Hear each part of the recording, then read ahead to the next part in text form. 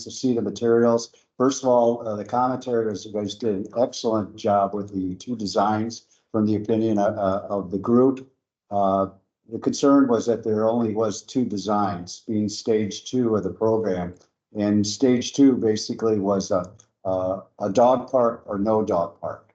And I know when you do the voting on this, there is a concern, especially if people frequent the park with their dog, that if a dog park went away, where do they go with the dog? So I think the concern was not at stage 2, why there wasn't more designs to at least present, because you only had those two options.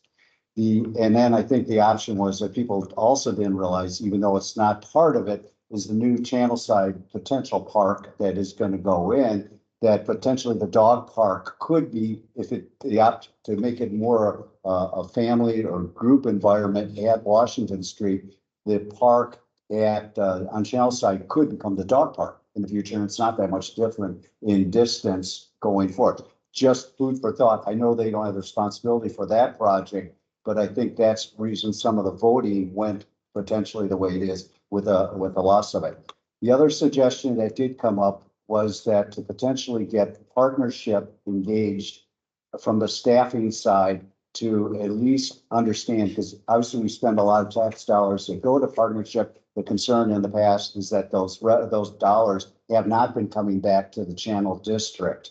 And I know the issue in talking to Sean and then in the past was that there isn't venue opportunities in the Channel District to do that. So if we're doing a new park, it would seem to make sense to get engaged with them and get their feedback. What do they need to be able to provide that resource back to the community? That's it. Okay. I'm not sure. Were you here last meeting? I was not. Okay. We talked about the dog park quite a bit in the last meeting. We did. Yeah, no, that's okay. I'm glad to hear the rest of the feedback from the other members of the community that haven't been here. But yes, we talked about it a lot, and it was brought up by everybody that we were very concerned that if they don't create an intentional spot for that, the people will just make the rest of the park their dog's bathroom. And so we might as well really consider putting it in, because I think the buildings, the high density buildings right there around it have become so reliant on that, because those Sky House and I think the place number 1 have dog facilities. Right. So that's why they go down there. I mean, it's literally a bathroom for their dogs. So we brought up that concern, said if we don't give it, make a created space for it, it's going to happen anyway. So we probably have to leave at least a dog area in, because there's 2 buildings right there. There's so many people in it with pets and with dogs. I think that it would still turn into the bathroom, even if we did a dog park at the RV lot. It's just so close right there to where they're so used to going. But yes, that's exactly the concerns that were brought up. The last 30 seconds of my talk, okay, was that it would have been nice to be able to do a survey. How many people actually use the dog park versus they have dogs that don't use the dog park? Because the amount of people also I hear don't like using the dog park, potentially through disease, lack of owner control of their pets. The interaction control. I know even in talking to some of the people that came from the design company, they even made the comment that they probably would not take their dog to that park. So there is another side, even though we think it's great, and I'm sure a lot of people use it, there is a group of people that don't and will never use the dog park as a location. The other thing is, don't forget about potentially the holiday tree to make space for that for Christmas in the future. Good point. We did not discuss that. Okay. So make a note of that. Thank you. Thank you. Yeah. Okay. All right. Did we have anybody online with any public comment? I think we're done. Yeah, whatever you want. Yeah. We're good. Thank you, Mark. Thank you so much. We appreciate it. Really, Yeah. thank you so much. Yeah, we appreciate it always. Yeah. Okay, so we will move to the action items approval of the February meeting minutes. Does anyone have any changes, updates, comments, concerns? No. I'd like to make a motion to approve the minutes. I'll move. Can I get a second? Second. All in favor? Yeah.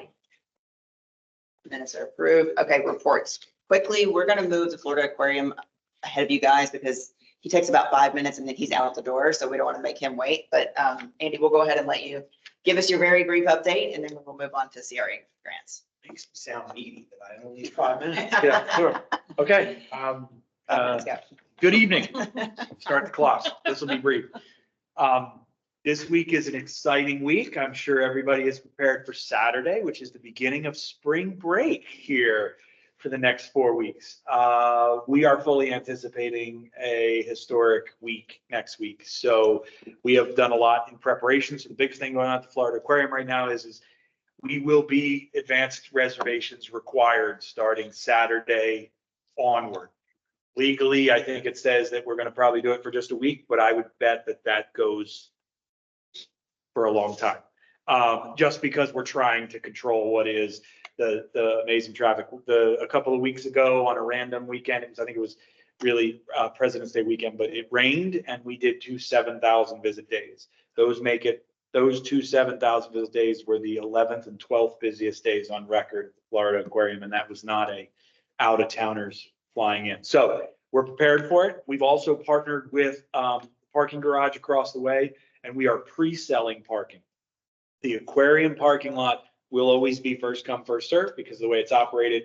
But starting on Saturday, if you go online and you're buying your tickets in advance, you'll get the option to pre-sell, to pre-buy tickets, and that is just going to the parking garage. It does no financial benefit to the Florida Aquarium in that. It is a matter of us trying to manage the neighborhood and make sure that parking is a challenge. So we're trying to be good stewards of that and let that be sold out in advance. So we're prepped for that. Our teams are ready, but it'll be a crazy week down around the aquarium next week. And I'm sure there's a couple of cruise days in there too, just to sprinkle in a little fun, but it'll be good. The other elements we have going on that I mentioned, Mark had mentioned to me and reminded me of, and I should highlight, we have a Tide Talk series. If you haven't had the opportunity to visit our Tide Talk series, find one that might be exciting for you. It's usually around the last Wednesday, I think, of every month. So we just had Randy Wells, who is the preeminent expert on dolphins in Sarasota Bay. He's done 40 years of dolphin research. So that's a cool topic. Next month, to show the diversity of what we bring to the table is we have a safety and drowning prevention expert who is going to come and talk about safety around water. So it's not always animal focused. We try to spread that around, and it's a free event. There's some nosh and some drink, but it's a great opportunity. You do have to register for it on our website. Check that out. And then the last thing for us that's coming up that we're working on right now is then Easter, and the Easter holiday will be upon us. And so the Easter Bunny does make an appearance at the aquarium, and that'll be happening on the 30th of March. But what I wanted to highlight is what's cool, and one of the things we do for every one of our events and experiences is a day of discovery is the night before. So on the night of the 29th, it's a sensory, for those of sensory differences, we create a sensory friendly environment. And so we give you all the same experiences that you may get with not a lot of the noise, light, and sound, and really make it a comfortable environment. So that's what's keeping us busy right now. We expect the next 4 weeks to be pretty crazy. The airport has already advised us that they are anticipating the week after next and the week after that to be 2 of their highest inbound traffic days on record. So it's going to be, or weeks on record. It's going to be crazy. So, but it's a good problem to have, right? Everybody wants to be in Tampa, stuff we've all known for years. So now they're coming. How are you dealing with getting the word out about an advanced ticket purchase? So we've had a significant advertising buy that's out. So it's over $100,000 in advertising that's been out for the last 3 weeks. To tell that story, it's very important to us. We've done a lot of press. So there was a Tampa Bay Times article. There's some television that have been picking it up this week, and we'll pick it up going into this weekend, and then all of our social media. And if you go to our website, you're going to be forced to close a pop-up that says you have to buy your tickets in advance before you can get to any part of the website. We've been trying. Even with all of that, we're not going to get to everybody. How are you going to handle that? So we have a lot of guest recovery experiences, but we are all in on this. When you walk up to our gate, you will be able to buy a ticket for the next available time slot, and that could be tomorrow morning. It's going to be tough, and we're trying to. Even our members have to register for. So we have significant capacities that we're managing. But what we want is the experience to be a great experience for everybody. It also gives us the opportunity to kind of shift some of the attendance. Our normal is 10 to 2. We are actually extending hours next week. So starting on Sunday, we're open till 6 all week, just trying to spread those times out to kind of alleviate some of the inundation that may happen, between 10 and noon, quite honestly. We're trying. And what were the Tide Talks there? So the next Tide Talks is March 27th. They typically tend to be that last Wednesday of the month. You can go on the website, and check it out. Right, thank They're you. really great experiences to hear from Sounds like it. some great experts. It's It a was nice a week community. in addition today. Nice, perfect. About the. Good. The ticket? Yeah, they had an article. We've been trying. You try to spread it as far and we're trying to change consumer behavior to prepare yourself for it. We want it all to be a great experience, and parking is going to be a big piece of that. We still have valet out front, and that'll happen all week. So we'll keep managing as best we can. I mean, I saw the story, I think it was in the paper today, actually, it talked about most other aquariums do it this way, which is kind of why. Yeah, we had it early on in the pandemic, and then we regret that we let it go away. But most others have been guiding us and giving us insights of how to just prepare to bring it back. And we'll manage through it. We'll do everything we can. That's all I have. Awesome. It was under 5 Yep, minutes, thank right? you. Had to be. Pretty close. Pretty close. Thank you. Yeah, thank you, Andy. Thank you all very much. Good seeing you. Appreciate it. All right, so next we will go through, do we need to do grants next then? Yes, Okay, please. CRA grants, okay. Do that next.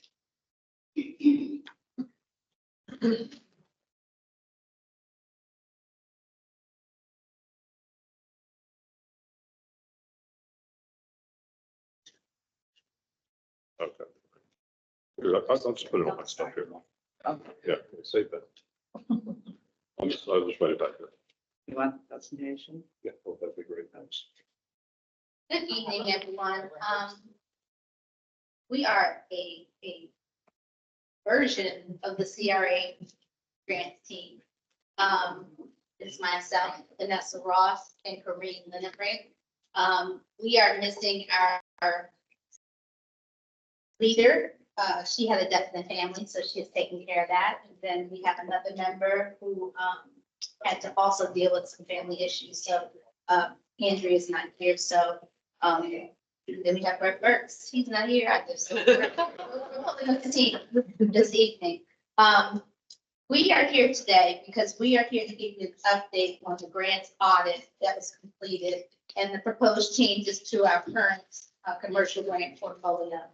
The presentation that we're going to make for you today is going to include a lot of information. So Kareem has passed out to you not only the presentation, but she's going to pass out to you a notepad. So if you could kindly hold your questions until the end, we're going to have a 15-minute question and answer session for you. And if you could just jot down your questions, we can answer them for you at the end. After the presentation is finished, we're going to collect those notepads back with your comments on them, because what we're going to do is utilize your questions and feedback for the grant performance evaluation that we're going to have in the coming year.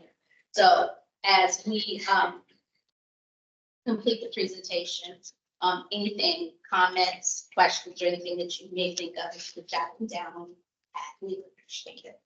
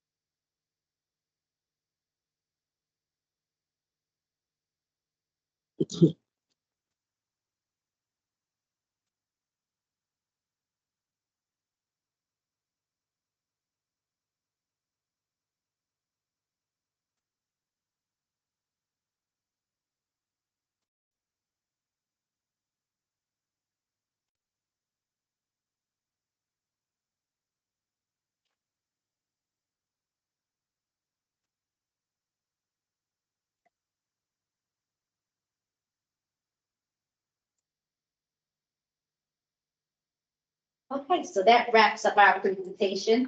And we now have 15 minutes available to answer any questions that you may have regarding the new CRA commercial grant portfolio.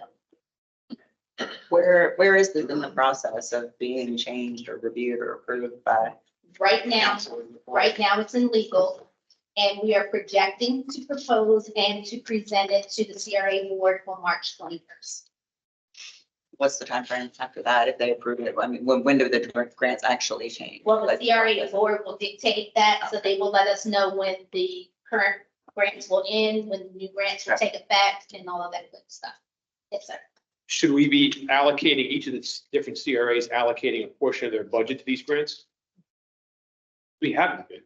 Well, they are established. So once we establish they're approved, Okay. then we would have new line items in the budget to put money into those line items. Well, We don't have a specific line it item was for grant. very sporadic. It was a grant. Yeah, I think this is great. As Yeah, long as- definitely. Thank Yeah, you. for sure. In the past, I believe the applications for the grants were by CRA, by neighborhood, so like the EBOR grants, the EBOR would look at that. Is there gonna be a more universal committee that reviews these grants, or will it still be by CRA or neighborhood? No, the CRA as a whole has gone through a reorganization. Right. So we came to you today as the new CRA grants, commercial grants portfolio team. So any grant that comes into the CRA will come to the grant portfolio team, and then it will be given to any one of us. So all of us, even though initially I was East Tampa, Andrea was West Tampa, any projects that came in, that's how we worked them. Mhm. But now we have a new division, so as they come in, we will all work. Yes, And it's all here in 2000 fiscal year 23, only 1.2 million was dispersed. But prior 2 years, was that kind of a similar circumstance, not much use? yes, that's the reason why we said, when they said that they were heavily utilized, when they actually went back and did the audit in each CRA area, it was like maybe 1 to 2. Okay, maybe heavily utilized from an application standpoint, just didn't get them.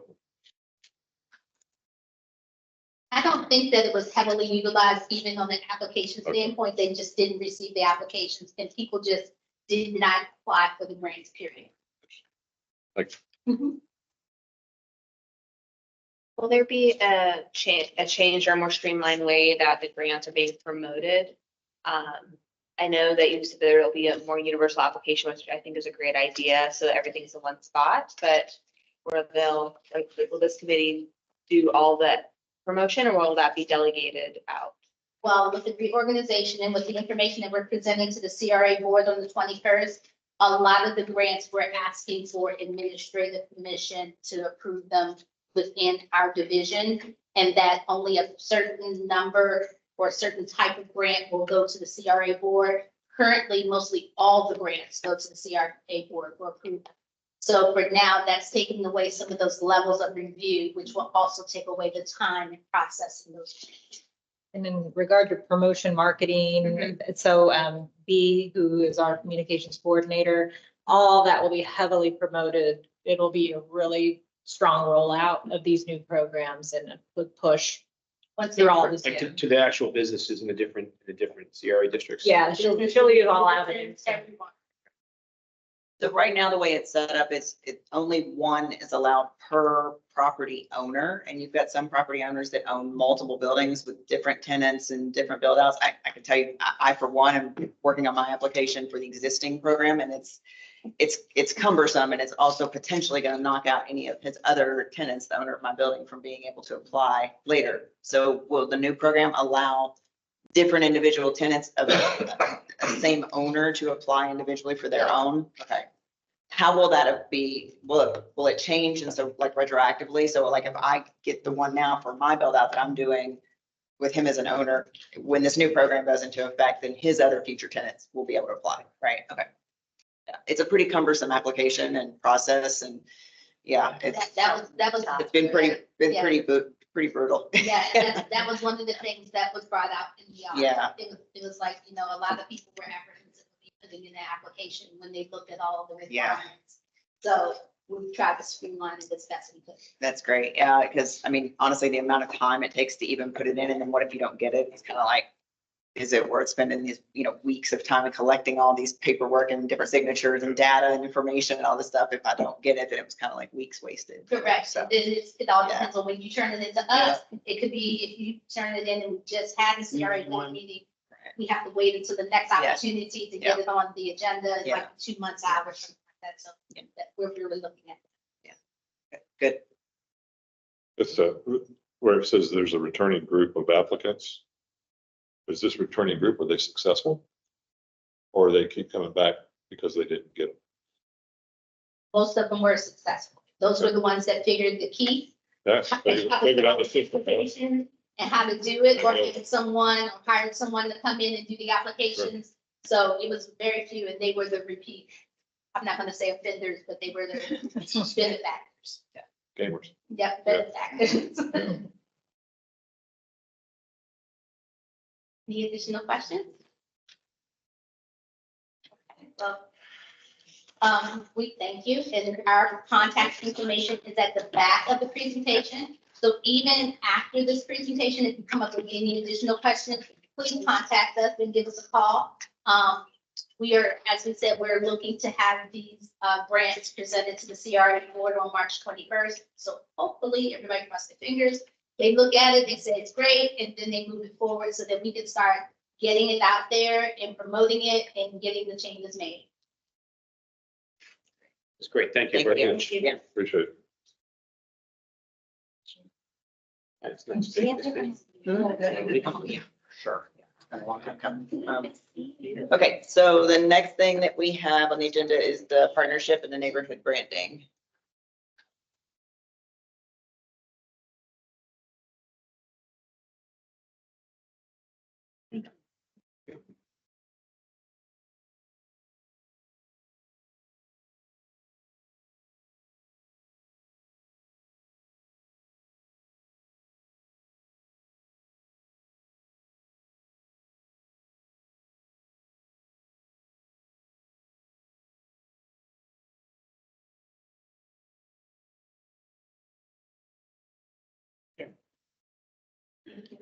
We have a guest here. Can we just, how long will your presentation be? You have been out here? Yeah, I think that depends. Yeah, I think it's gonna be a while. If we got to, Yeah, it's gonna be a long discussion. Okay, Make each here. that's, yeah, I agree. Long time. That's fine. John, yeah, go ahead and jump in and just give us your update. Call. Thank you, Rachel. All right, Wait, one minute. hit us. What's the update? Just give us the You lowdown. know, with the Channel District CRA work and actually a couple unrelated projects, which in fact I'll talk to you about. Channel Side Drive is, we're gonna call it 98% done. We have to put the thermoplastic markings down on the asphalt. And we're doing something, it's not part of the CRA, but it's painting red paint in some of the trolley intersections to try to prevent people from driving on the trolley tracks. Yeah. A new effort to try, we'll see how that works. That's gonna go from all the way down Channel Side over through in the channel, into Water Street and on around Old Water going towards Marion, trying to solve some of those problems. We have finished widening phase 1, which is basically from Meridian to 11th. We have finished 11th completely. Twigs phase 1, which is Meridian to 12th Street, is finished. We are waiting for city council approval for Twigs from 12th to Meridian, which is about a 10 to 11 month job. It's going to be challenging from a traffic standpoint. We're hoping to be able to keep at least one lane of traffic open in either east or westbound direction. But it may require a complete closure. We have to detour around 12th and I forgot the street there by the Expressway Authority building. What's it called? No, that's. Raymond. Oh, yeah, Raymond, yeah. Okay. Yeah. So we'll start, that goes to the board tomorrow, actually, right? 7th. Yes. I think so. We get approval and then get those proceedings. That's probably late May, early June start date on that, right? The rainy season, which we love. In early April, we'll be installing a sign on Channel Side. It's up near just south of Twigs. It's in the median. You might have seen some work going on there. That's an overhead sign that's going to be directing people into the aquarium and the port. The foundation with ink bolts in it. Yes. Yeah. So that's an electronic sign. It's a new sign they're adding. We had a little issue with the foundation, so I sent that. What that was. They didn't want to pay attention, so they had to chip the concrete out and start over again. We have recently completed some intersection work for Thea at Twigs, Jackson, and White. Twigs, Jackson, and White, 3 intersections. We took the rail out. If you go walk on the trail on the west side, Yeah. all that railroad track is gone, removed. We've just finished the sod this week. Basically a huge golf course over there right now. So we've redone their trail to make it ADA compliant. It wasn't ADA compliant before, so we've overlaid that with asphalt and adjusted some of the grades to make that ADA compliant. But that's not really in your district, but it's right there. So I just want to talk about part of that. And obviously we're working at Water Street. Hopefully they'll get all of the approvals they need, and we're starting to build roads in there now. So if everything goes well the next 6 months to a year, we should be connecting Finley and Walton into Meridian, which will be another kind of a east-west or north. That's east-west connector in that area. Now, after we're finished with Twigs, we'll move to Whiting. No, I'm sorry, we're going to go to 12th up north. They changed the sequence a little bit, which is fine. That'll get the whole north side done. And then we'll drop back and do the last 3/4 of Whiting. Each of those jobs is probably 10 months to a year long. 12th Street's got the most utility work. Whiting's the most complication for access, because there's some couple buildings only have one access point. It's going to be a little challenging. So we got about another 3 years stuck with me. How far north does 12th Street go? Does it go all the way around the bend to No. the Channel Side? Where does it stop? The Channel District, I'm Courtney helping me. I think it start right at the overpass. I believe is where But that's where the 12th Street work stops, right there at that. I'm taking a water main up to give a loop. They're taking that a little, they kind of pushed the limits for that, but the water department's paying for that line. Yeah. So there is been discussion of, you probably know more about this than I do. I've heard some discussion about extending that district limit that may. Yeah, extend it's a that weird stop for into- the sidewalk, because then it's like, you're gonna have sidewalks, and it's gonna stop, and there's There gonna you be go. grass, and then we pick up on the other side with sidewalks. You're gonna have like this section under the overpass that has like no north. south Well, you got a sidewalk. one-way There's street not. coming off and it's going to, Yeah. it's all messy in there. It's super weird. Yeah, But it's outside the Channel District. It's- Yeah. technically. Yeah. No, I know. I just wondered if there's a way to get that sidewalk continued so it connects. Because as part of my project, I'm doing the sidewalk in front of Fort Greenfields and north of that up to Gasworks. Mhm. So there's gonna be like a section south of our building under the expressway to where that sidewalk stops on 12th. There's gonna be just this weird gap where it's just grass.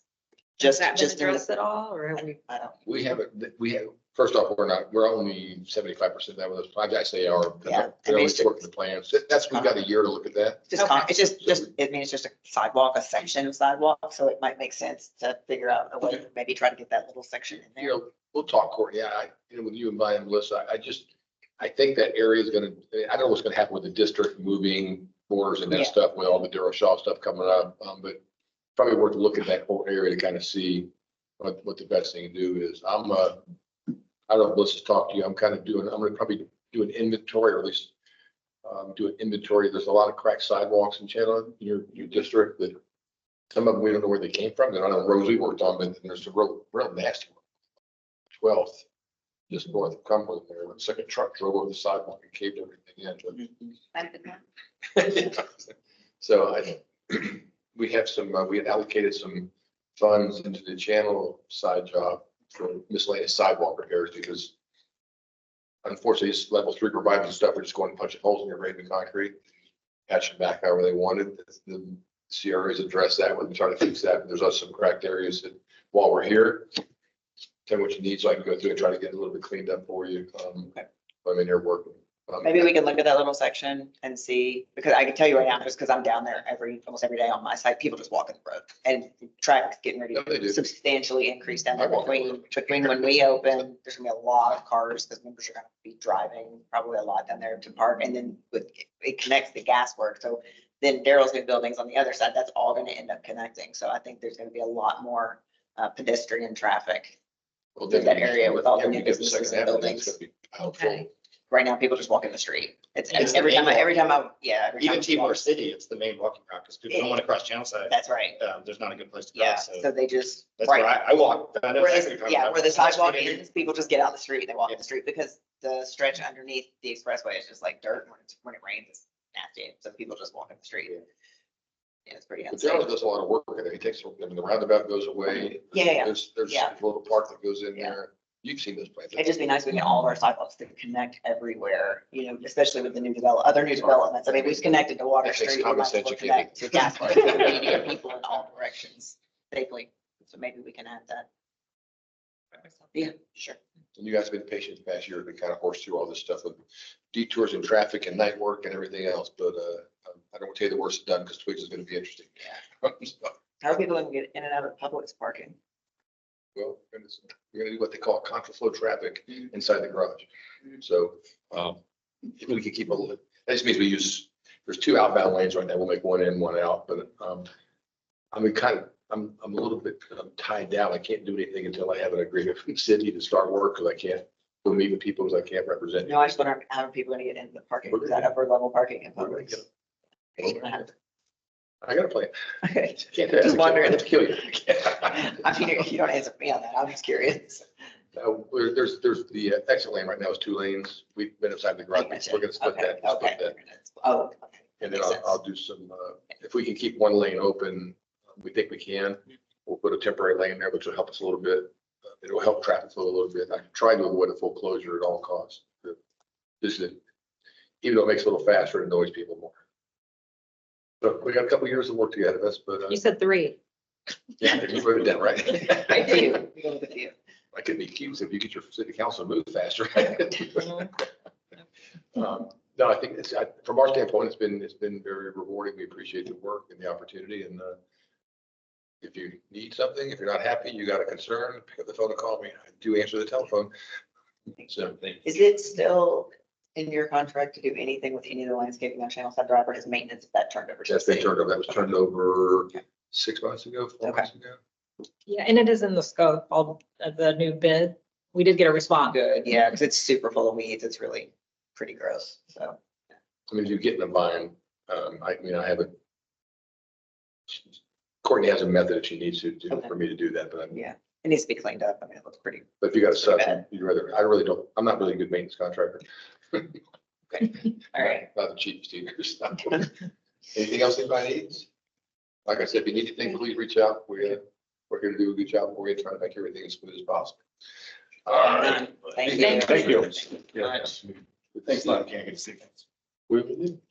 Here, let me do this. Look at this little fancy thing I'm learning. You guys have a great rest of your day. Thanks, Have a nice one. Bye-bye now. Thank you. Corey, call me. Right? Okay. You can't shake your hand, right? He's going to anyway. Yep. Yeah. That's exactly what he's doing. Exactly what he's doing. Andy, should I cut it? I'm sorry.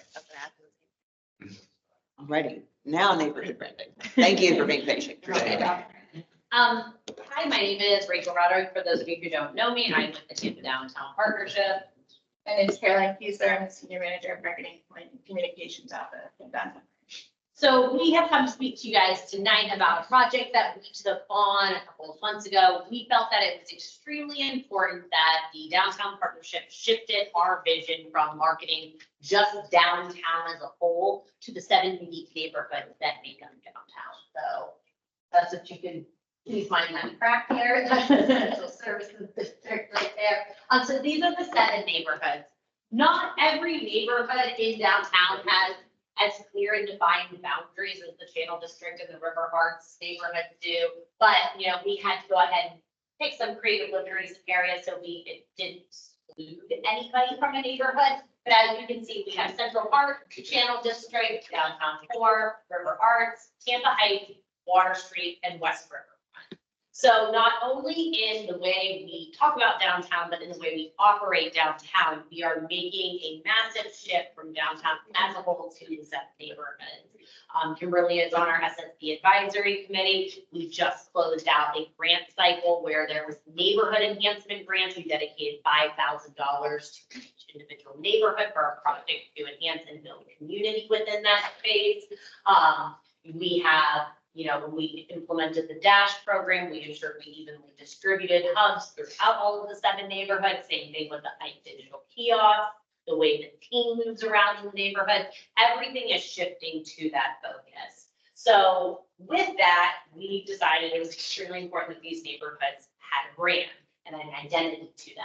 And I know this group in particular was very interested in that brand, that understanding that when you walked into these boundaries, you felt like you were in the Channel District. So if you guys can bear with us through the presentation, I have a slide that Caroline painstakingly put together for us to help break down all of the different wayfinding and branding things that you guys have seen along the way.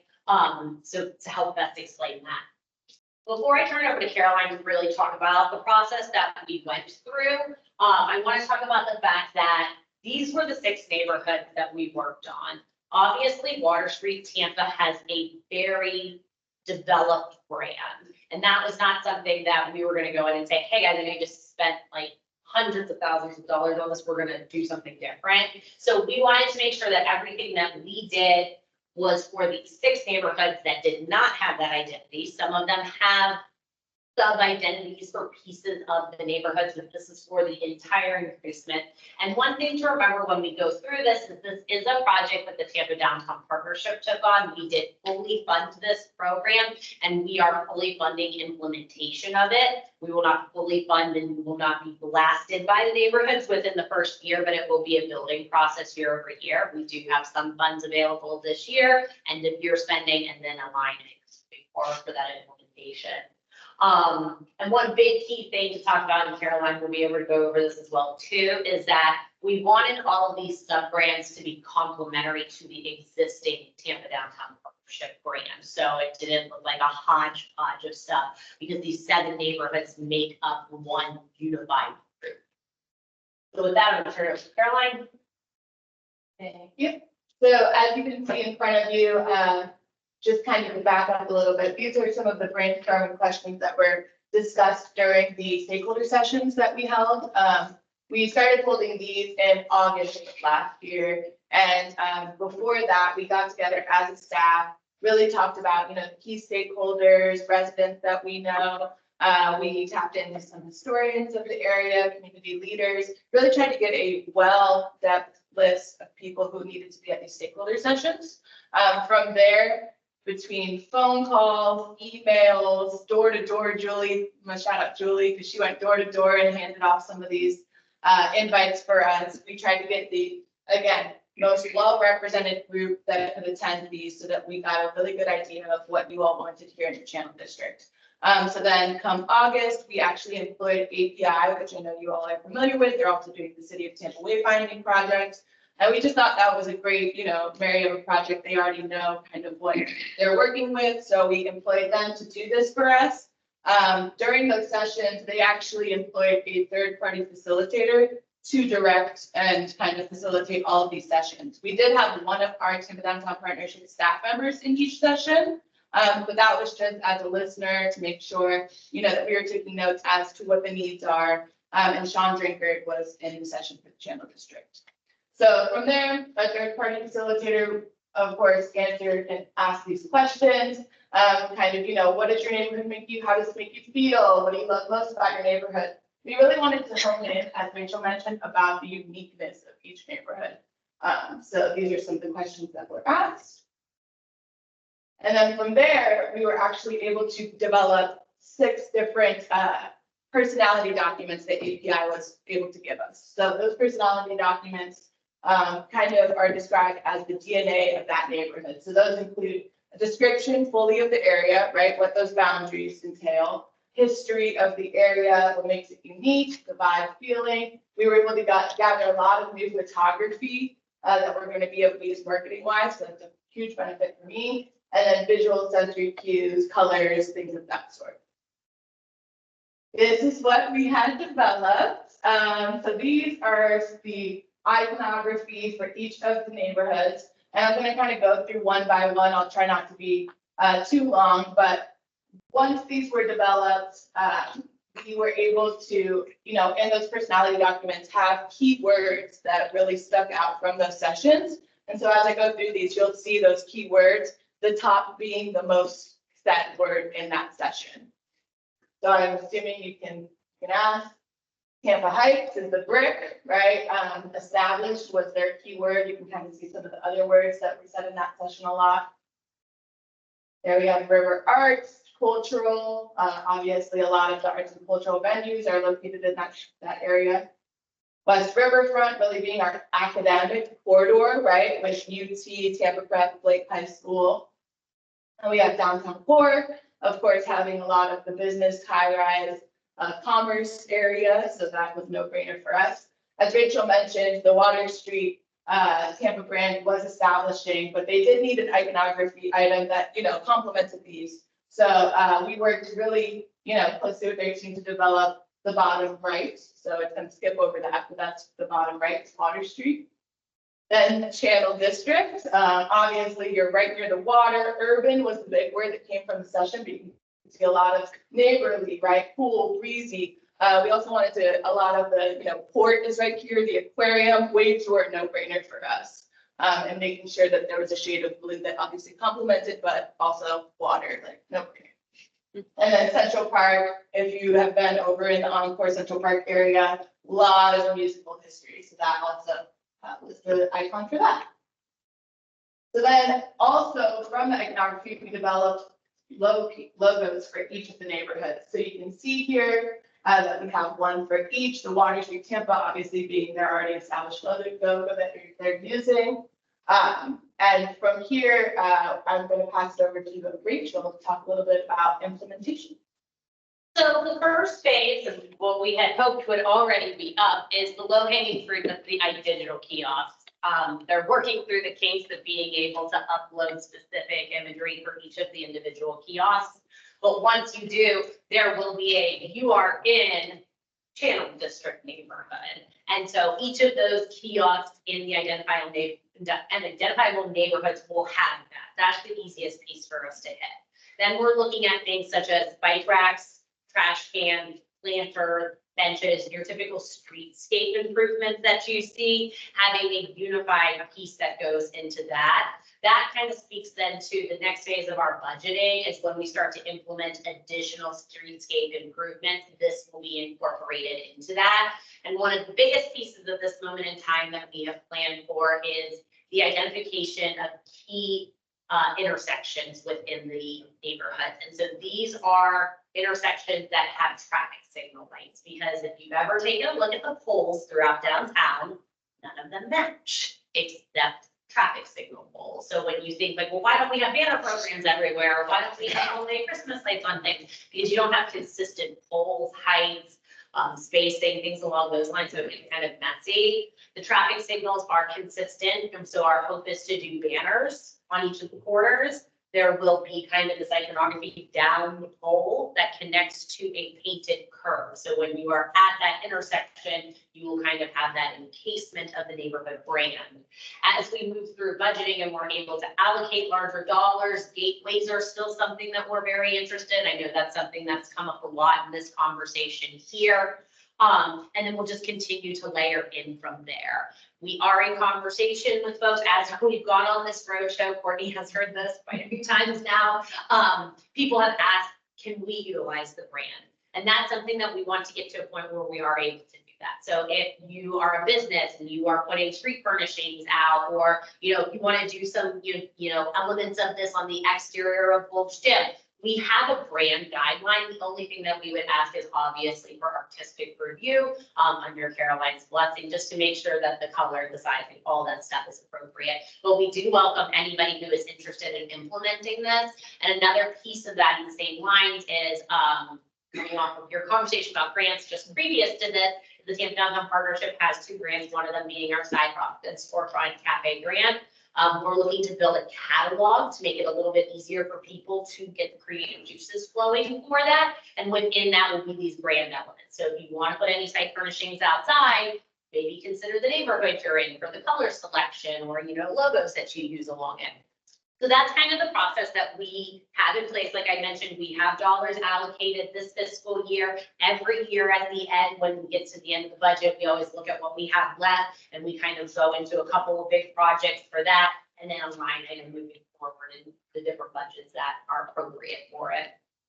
And so then this is what I really want to explain because I'm sorry, I know you guys were really victim to the conversation of what was happening as far as branding. So we've been doing a good job to make sure everybody understands what's happening. And there's a new piece to the puzzle that we're actually a little bit more educated on. We can speak now since the CRA board has made a final decision. So if you'll see here on the left-hand side is the Tampa Downtown Partnership Project, completely independent from anything else that you've heard. We took it upon ourselves because we felt there was a need for this. And frankly, like we talked about this for years and we've knocked it out in 6 months. We felt it was time it happened. And I know you guys have been wanting this for probably equally, if not as longer. So our study neighborhood, you see there on the left-hand side, the biggest piece to think about when you think about our project, it's identity for neighborhoods. We're giving that look, that feel. When you step in, you will know you're in a certain location. And something to think about is most of what we implement is going to be pedestrian scale. In the center of the City of Tampa wayfinding project, that's the big, massive project. That's looking at pedestrian, vehicular, and parking. And the key thing to think about when we think about the city wayfinding is that it's informational. What's here and how do I get to it? And then there's the Tampa CRA brand, which is one overarching brand for all CRAs, and that's project-based and for recognition. So that brand is going to be on a project that has been executed through CRA funds, so people understand where that came from.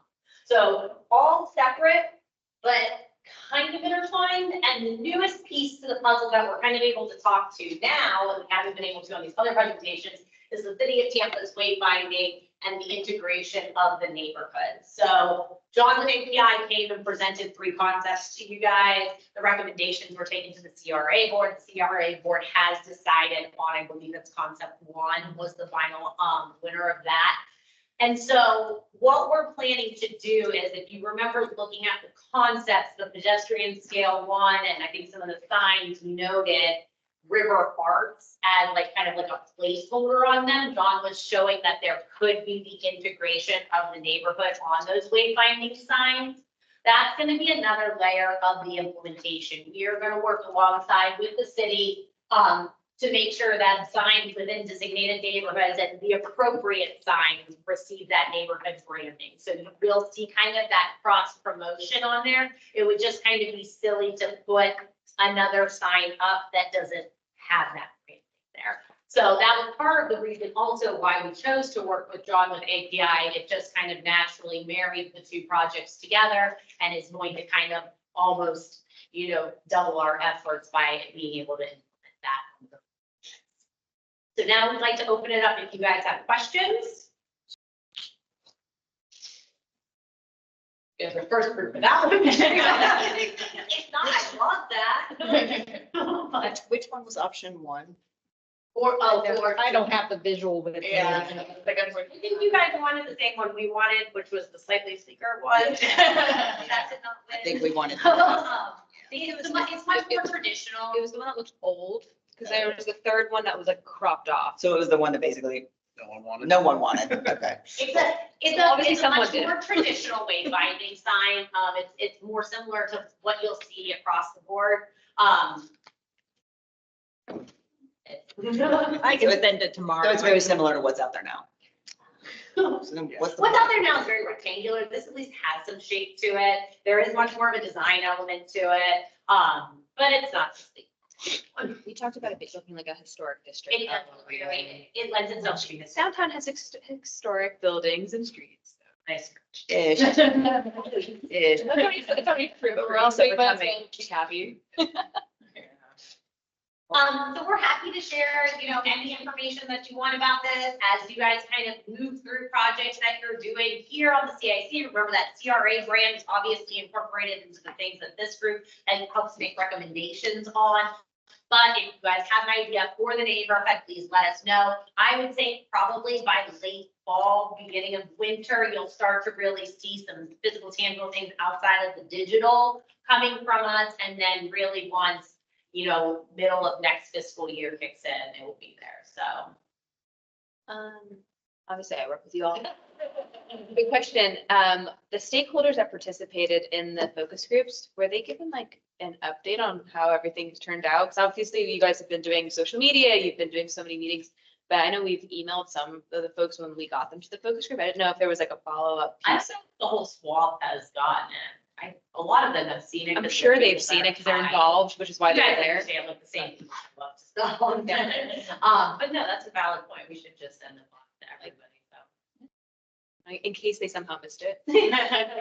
So how does like the logo and the color, how does that fold into the new wayfinding sign? So because it looked like to me that they were going with some blue and yellow or something, which obviously our green Yeah, branding's not really gonna look good with their blue Well, the and yellow color hasn't been sign. decided on the wayfinder. everything that you saw on those 3 samples Yeah. is just a hypothetical on it. Yeah, because I mean, several of these are not gonna look good with blue and yellow. And signs. so that's all still to be determined, and that's kind of that second phase, and I believe there's even like a third phase of the city's project. So you guys have just entered into that second phase. I don't sit on that committee, so I can't speak too much to it, but I know that we will fight for it all to look cohesive. Yeah, Nice together. One of the best things about it is when we ask for all of them to be cohesive off of our brand, which you see up top, navy blue is part of our color palette. So that's kind of like a universal color that a lot of these tie in nicely with. So, we're seeing that blue and yellow, maybe that blue with the navy, so. yeah. But there will have to be like the standardized sign that is. So will these go on the wayfinding signs That's in also each to be district? determined. Okay. Yeah. So each of these, so what you're seeing here is just one sample of how this imagery can be used. We wanted to use pieces that looked good when replicated. So if we wanted to do like a fence screening, for example, it's a separate piece, it looks nice. It's not like a massive image or anything like that. You could extract, like one of the wave sections, or a bunch of the wave sections. So that makes it easier to play with when they dive into that section. I think it's something great. Thank you, Yeah, guys. for sure. They look great. Hey, guys. Yeah. Good job. Awesome. Thank you so much. Okay, we're through reports. It's gonna be a long meeting. We have Anna. Anna's just gonna. Oh, sorry, yeah, gotta do that. Hopefully that's. quick. I was like, All right, thanks, guys. Sorry, you. sorry. Have a good Thank night. you. Thank you. You're done now. Okay. We're at Washington Street Park. Okay. Let's go. I know. Hannah, you're on. All right, hello everyone. I'm gonna share my screen. Great. So we just wanted to come back to the group and recap how our workshop went last Saturday in the park. So I'll start off just with a project schedule. It's always good to understand where we are in the process. We have just finished phase 2, which was conceptual design, to address one of Mark's questions early on. The reason we did 2 concepts is that was what we were contracted to provide to the city as well as to the public. And then we take the input that we've received and do a refinement plan that we will share in phase 3, which is called schematic design. So what we're looking to do is compile all the input and feedback that we've received, and then we will go in front of the CRA board and share everything that we've done to date and get their input on that process, and then we will be officially released to start a refined design.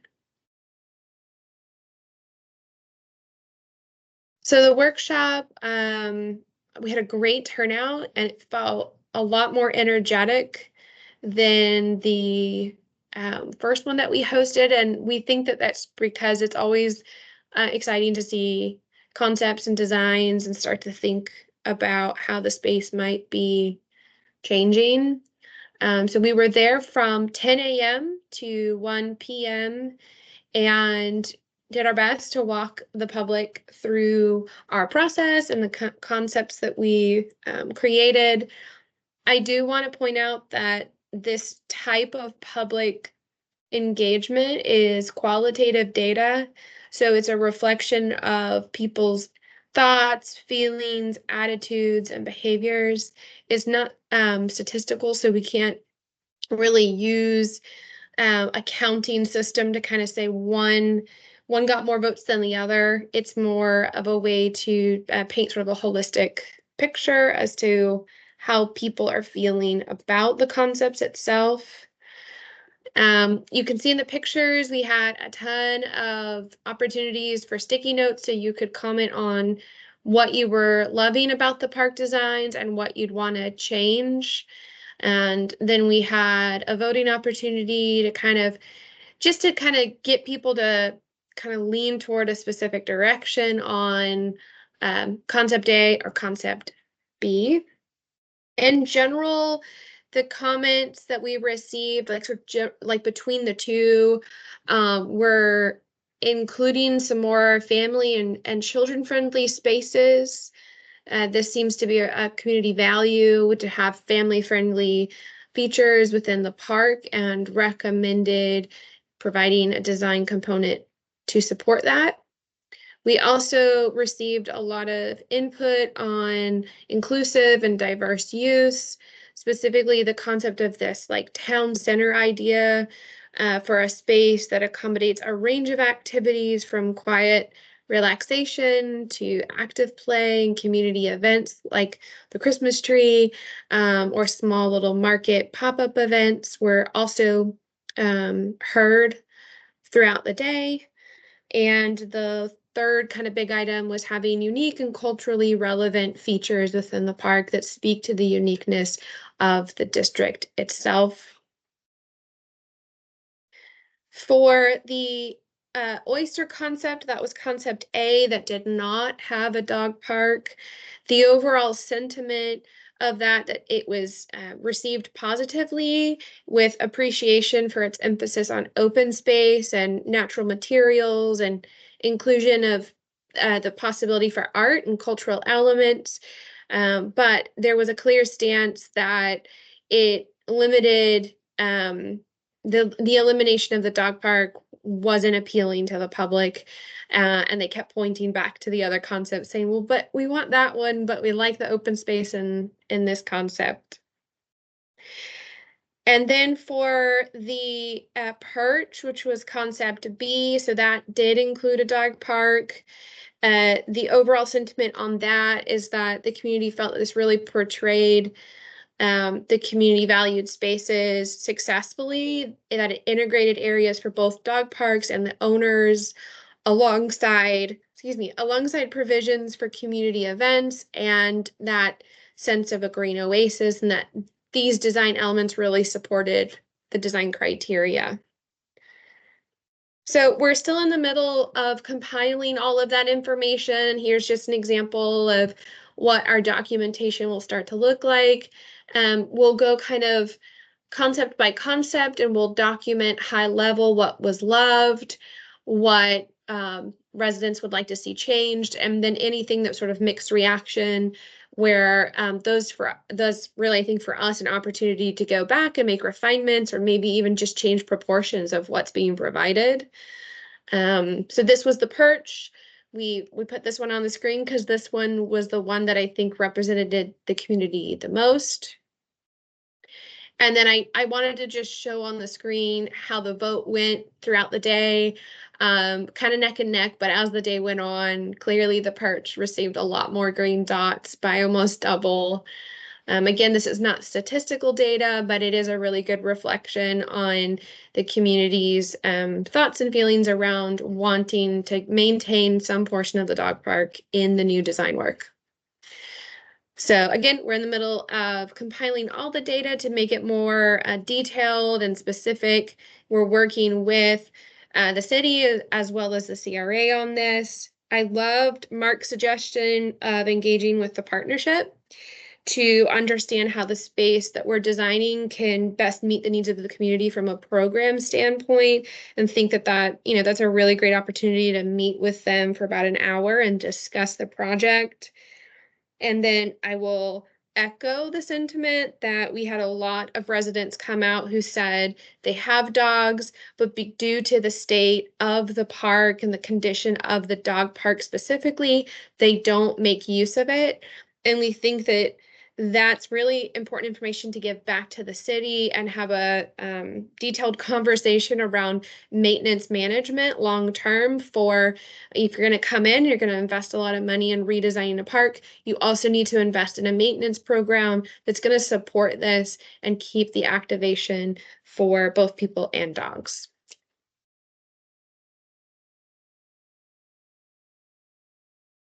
Any questions? If anybody has any additional thoughts or comments or some clarity around the design process?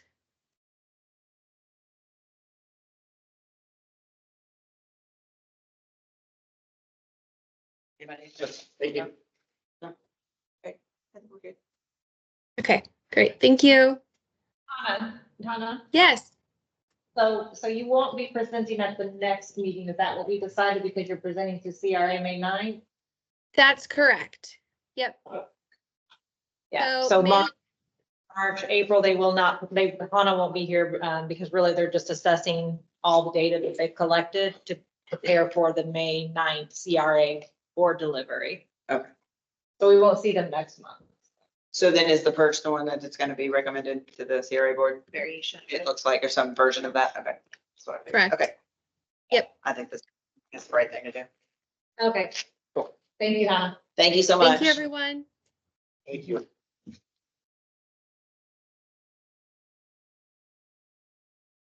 And now we're done with reports.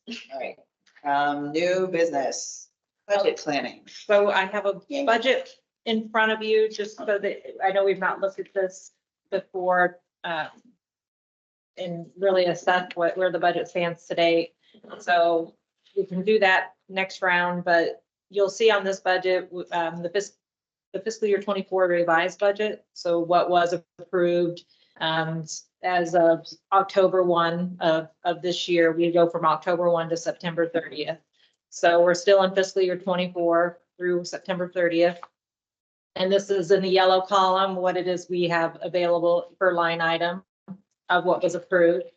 And then we're now projecting fiscal year 25. So we're into the budget planning process for fiscal year 25, which starts October the 1st. And so those zeros, that's where I start to need to get some information from the group, or I'll start to kind of forecast, project what it is we may need. Like you mentioned the grants earlier, they don't exist right now. So once they're approved and determine what would move forward for grants, we would start to build those in as official line items into this budget, but they don't live in the budget now because they don't exist. Are there like guidelines as like what other CRAs do around Florida as far as making grant money available? As far as how much? How much, yeah. Well, and usually what I've done in years past in EBOR is, we just kind of get an essence of how many we think we're going to have just by those who have called our office and have said, I'm thinking about a facade grant. We'll start to kind of just tabulate in our own minds. Well, we've had 2 people approach us. It's, our best guess of who we think or how many we think are going to be applying for these grants. And it can always be changed the next fiscal year. If we run out of money, which we have really never in the past. I mean, it could be a whole different story with the big marketing push that we're going to do with these new grants. We'll always be able to evaluate if we did put sufficient or did not put sufficient funding for the next fiscal year. So every October 1st, whatever we do put into those budget line items do roll over. So that's the nice thing with our tax increment finance dollars. They roll annually from one fiscal year to the next. So if we don't spend it, it'll still go into the next fiscal year. And then if we don't have enough, we'll replenish it the following October 1st. Or if we have enough, we just won't add to the budget line item for the next fiscal year. So the draft budget number that you have at the total at the end is what is just the numbers that you know. So we currently have 32 million change. That we're not doing anything with, really. Well, I mean, it's just not that. If we have items that we anticipate spending those dollars on, we need to. Couldn't get taken away from us. Yeah, I mean, this is different from the cash flow. So I work within a cash flow for projections. So the cash flow, we're not as healthy, I guess. I mean, we're still healthy, but it's not as available because I'm projecting what money is going to be spent in the cash flow. So I'm confused. So say for instance, in my cash flow, we know the aquarium is likely to ask for funding. I'm trying to project out what does my bottom dollar look like. So in this budget, you're not going to see the aquarium potential ask. But in my projections, there's a line item here. It's Florida Aquarium. That is under redevelopment. It's zero though. Right, I understand. So she's saying we need to go through these between now and October and fill those. Right, because it's not been asked, it's not been approved, know so I can't have it in my budget. Right, we know. But in my cash flow statement, I have it in there just to kind of see where we're at. But right now we have 32 million and some change. Right. Before next year's 11 million and some change. Yeah, but again, if there's a $15 million ask from the aquarium, reduce that by 15 million. But yeah. Yeah. This is a format I get hold of. It's more than a full year's Little different. budget for us. Big number. I guess for the 2024 like budget that was approved, right? That there's some money that hasn't been spent yet.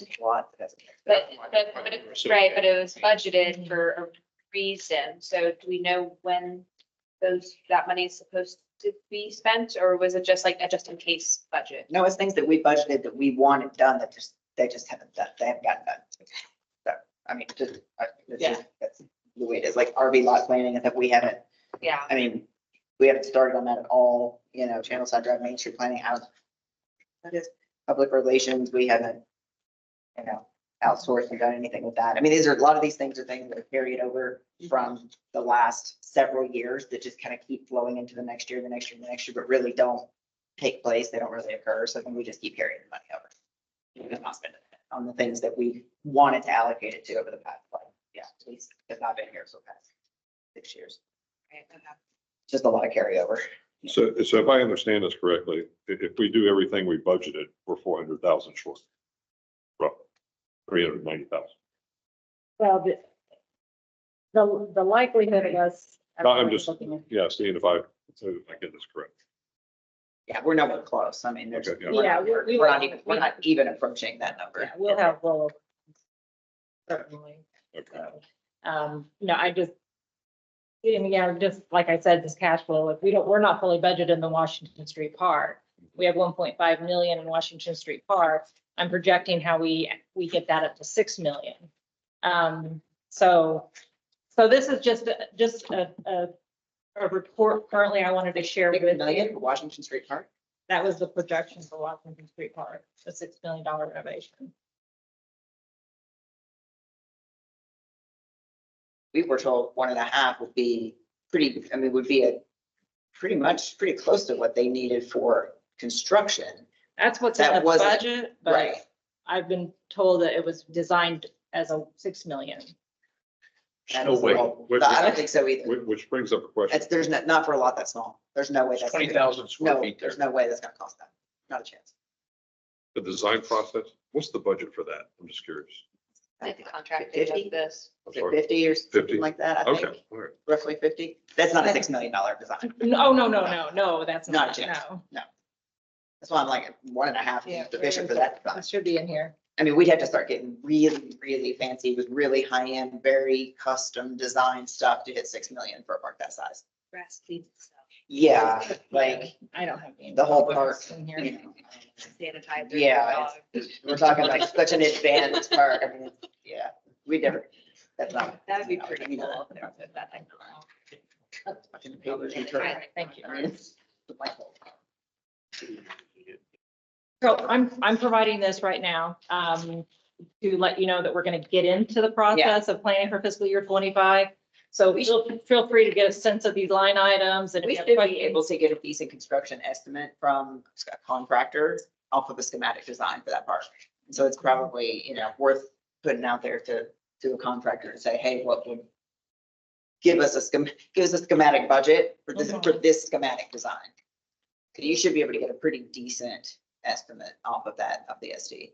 Okay. For the newbies, since I understand that a lot of this has been carried over, might be helpful to understand like what the original goal for some of these items were that hasn't necessarily happened, but like kind of a little bit of the historic background on what the hope for that money was, and that might be kind of helpful to. Yeah, understand. yeah, and helpful for me too. Okay. Because Sure. some of this stuff has happened and transpired before me that I'm still learning, what the intent was behind some of these budget line items. So something that we've done in the past was to have a specific extra meeting just for budget.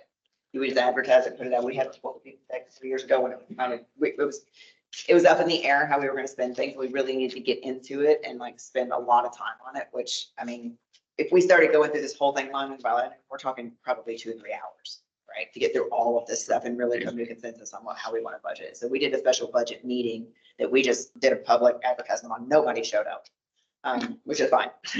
But, you know, we did what we had to do and we did a separate budget meeting. So it might be worth either A, doing that, or B, scheduling it for one of these meeting nights Yeah. when we have almost really nothing else and we can just tell our special visitors and stuff, no presentations, no reports. Just, we're skipping all of that this month and make one of our meetings really just about the One section budget. at a time. Yeah, Well, well, doing it like May- a long night like tonight. And that was my It's too much, intention, is to So- let you kind of just get a first Yeah. glance of it, take it away with you and, start to look at it. And then we could do that in the April, May timeframe. Yeah, Probably April, if I can see I would what the try to- schedule's looking like right Yeah. now, the agenda. But yeah, we'd have to get this kind of tightened up in the April, May timeframe. yeah, I would clear the night. And I think it's important to see, to your question, like, what were these amounts budgeted for? I mean, because, I've been on this committee for a long time. I don't know half this stuff. So. Have you ever Some of looked these at? things took place over the last couple of years when Jeff was here, when you weren't. Okay. So, he brought up a lot of things. That's when we redid our SAP and the CAPs with Right. him. We changed the parameters in that a slightly wider array of things that we can pay for if we want to. So we went through, when that SAP and CAP update was done, we went through kind of a whole process with Jeff on what are these things that we can add to our But- list of things we can do, and let's put a number on there, and that's something that we might pursue in the future. It would still be helpful to know for this year's budget for 24, like, what are we spending of what we budgeted? Because you can't tell that Right. in this presentation. Mhm. Yeah, and that would be my encumbrance column. I didn't want to load this up too much, but that's the encumbrance column. This thing is Yeah. so small that I look at. Yeah. I tried to condense it as much as Can possible, you just, email that to us with everything, all the data? okay. I mean, I have no problem doing that. It's Yeah. just a lot of information. Courtney, on the What is the revenue, $12 you spend on that strategic action plan? You know, and For 24, I have no idea. You know what I mean? 37 cents on Quick Yeah. Street, 80, I don't know. That's why I've been cleaning things. I've been trying to clean. it looks like we started, but. I know. There was 3 cents in another, Spend the rest but of the so money yeah. Courtney, on the revenue side, I guess you based it, it said, 24 plus 5%, but it doesn't look like the 5% was included here. Top line revenue. Yeah, it did get, yeah, yeah, I'll talk with the budget analyst. So that about never, 5% never got imputed. It should be about 12 I million. mean, it should go up, but. Oh, no, I know. You're right. Why it New did, building. yeah. Yeah, I'll ask. new buildings should need an increase. Unless they were given any type of abatement from the city. Well, but they also have to be online at a certain time, you know, Sure. so like the new buildings, you know, depending on how that coincides with the calendar year. Yeah. If they're not open as of January 1st, they don't get assessed. Would have fallen into this year and then Meridian will be. So the pink one is just kind of the play column. We Yeah, still just- have, yeah, we you still have to understand. play in that column. You understand what I'm saying? You just gotta have. the Yeah, exactly, yeah. So that's all I was sharing with this, just to show you this is coming. We need to start Yeah. kind of think priorities, how much we want to set aside whenever the grants get approved. How much do we want to put into those new grant programs? Sure, I'm sure we will. Courtney, I don't see it on the agenda, but going back to this RV lot, where are we at on that? It's probably Yeah. an unfinished business. Is it Yeah, so that's my next item. Yeah. Okay. So thank you for sending this email. Yes. The full version that shows the encumbrances, current balances. Mhm. We're just bringing this month too. What's that? We're not gonna discuss it. That's what she's bringing this. Yeah. Okay, So we don't have to ask as many questions. Maybe we'll already kind of have answers before we get here. We got time. all right, so real estate is in the process of scheduling the property to be appraised, 1125 Wigs. So, Andy, that was your motion? Thank you very much. Yeah. Yes. So the real estate scheduling to have the property appraised, and then we'll utilize that appraisal valuation to see, or valuation to see if we can negotiate a price to acquire or not.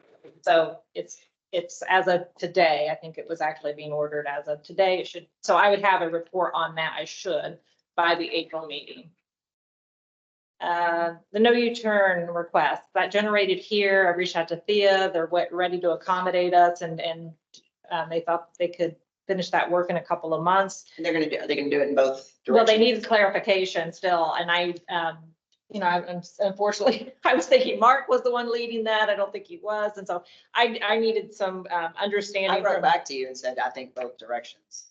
but I think they need a little bit more precise, because like we gave them pretty good street sections of Every Warrior. intersection.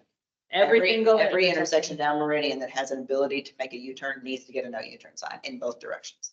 It happens in every single day I drive Meridian, every single day I see it in every single intersection. There's not one that they're not doing it in.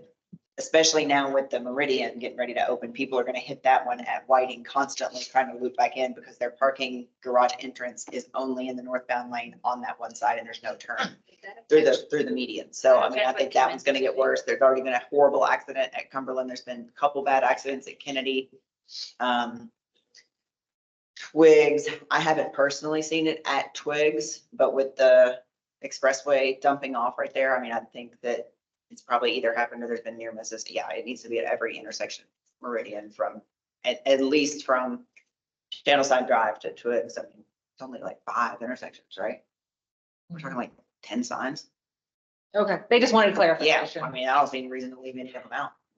Would it affect the construction that Kennens was just talking about with Twigs? I don't know if they're gonna need U-turns for some, whatever reason, just to navigate Yeah. that piece, just until they're done. I don't know. wouldn't think so, but if so, I mean, they'll set up their own MOT to direct Right. traffic. Okay, And if the MOT, like if they put out a board, that says, please U-turn here to access this, it would override a sign, right? If they have a message board up, so they can handle that at MOT. and what did you say again, from Twigs to? Channel sign drive. Channel sign. Yeah, I just take it all the way. Yeah, Mhm. I mean, I see it every day. Yeah. Which brings up another question. So Channel Side Drive is pretty congested in both directions. And I've noticed a lot of trouble making the left turn from Channel Side Drive onto Beneficial to get over to Harbor Island. There's I've usually, been like that for a long time. everybody's running red lights to get through that light, that turn. There's no left turn signal. So could we potentially ask the city about getting a left turn signal? There's a left turn signal from Channel Side onto Meridian, but there's not a left turn from Channel Side onto Beneficial in the opposite direction. So when the one turns green, everything turns green, both lanes come and everybody's running red lights to get And up. when get over to Harbor lifetime, when Island. lifetime opens back. It's up, gonna be a problem. worse, Yeah, 'cause yeah. I used to have that problem. Yeah, it's gonna be worse. Mhm. I don't have that problem anymore. Yeah, no. Are you right westbound on channel side? No, westbound on Channel Side, going southbound onto the bridge. Yeah. Yes.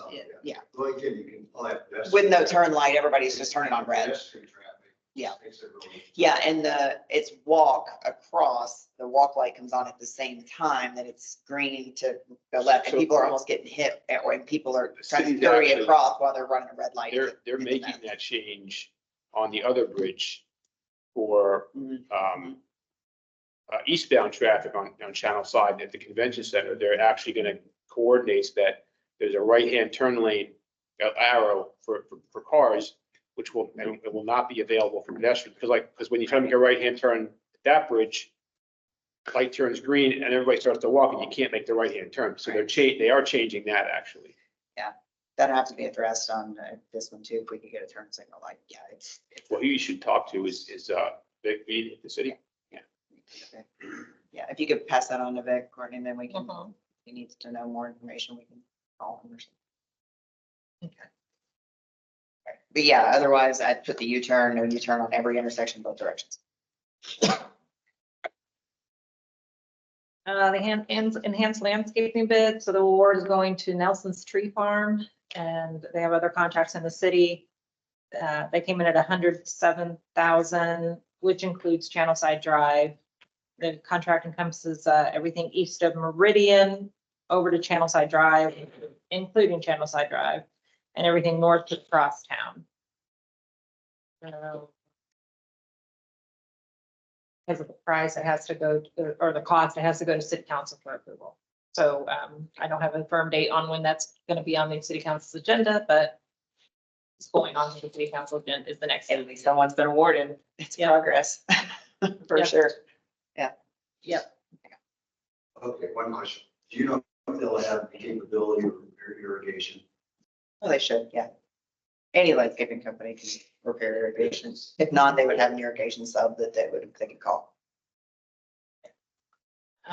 Purchased security cameras, Yeah. McGinnis, I haven't heard back from him. This last time, he was still waiting, it was in purchasing. So I'm still waiting. McGinnis, as I've always said, is ready to go with the contractor, but it's in the purchasing department too.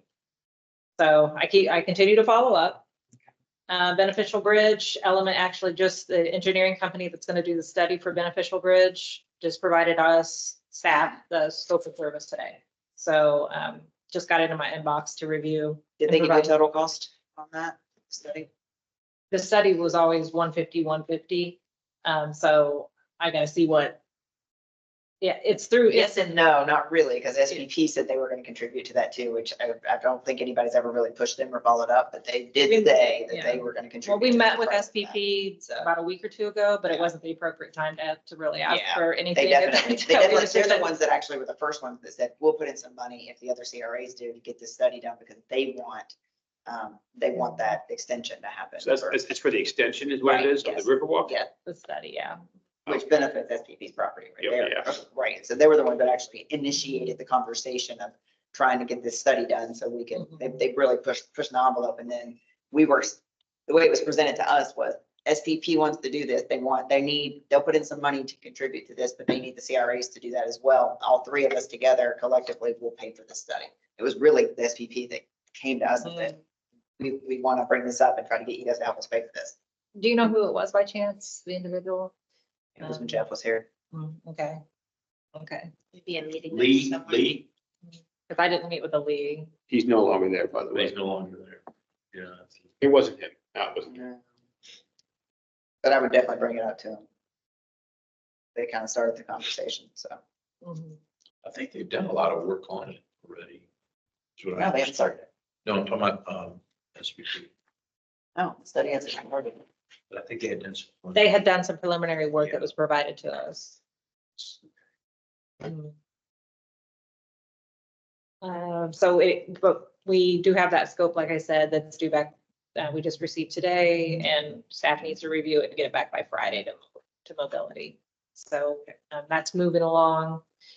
And as far as the RV lot, staff's working on the scope of work for the RFP for design concepts.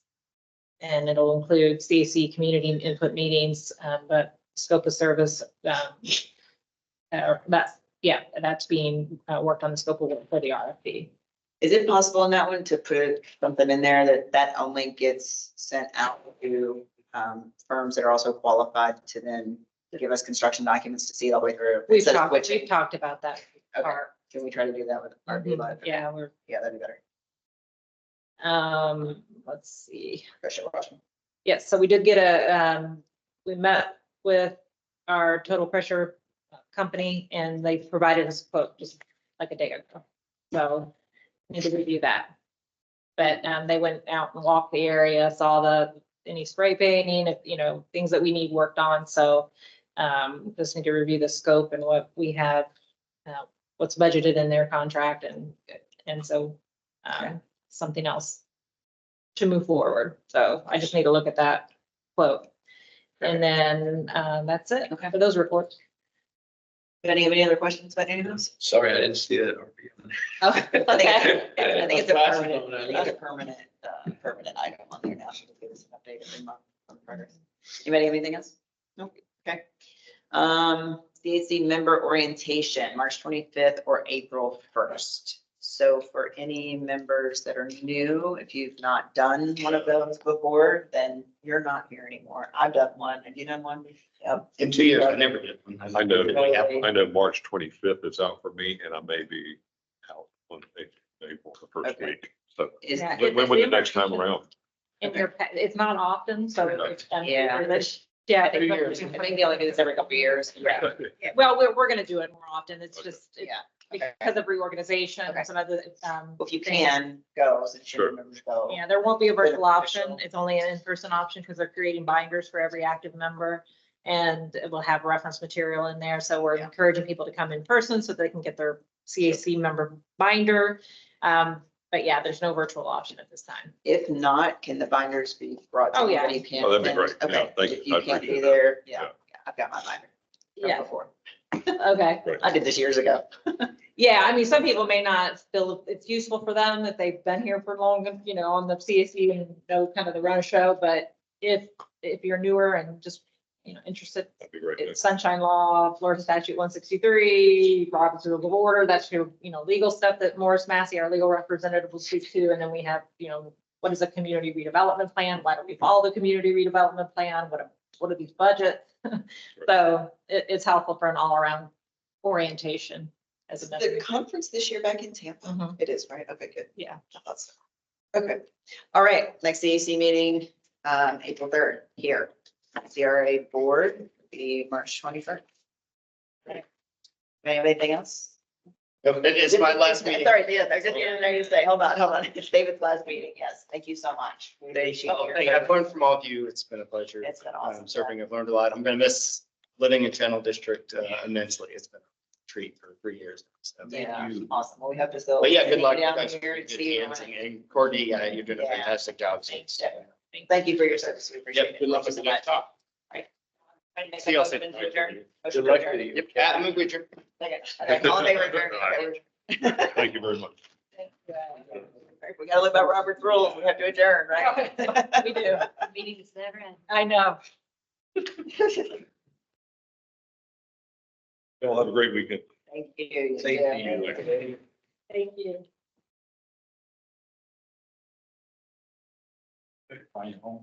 No, we're still, I'm in mediation. Get time for a couple of. Yeah. Have a mediation. Yeah. Get a contract. Coming, good to see you. How's it going? Okay. Oh, in order. Good. Unofficially, and we've not announced this publicly, so please don't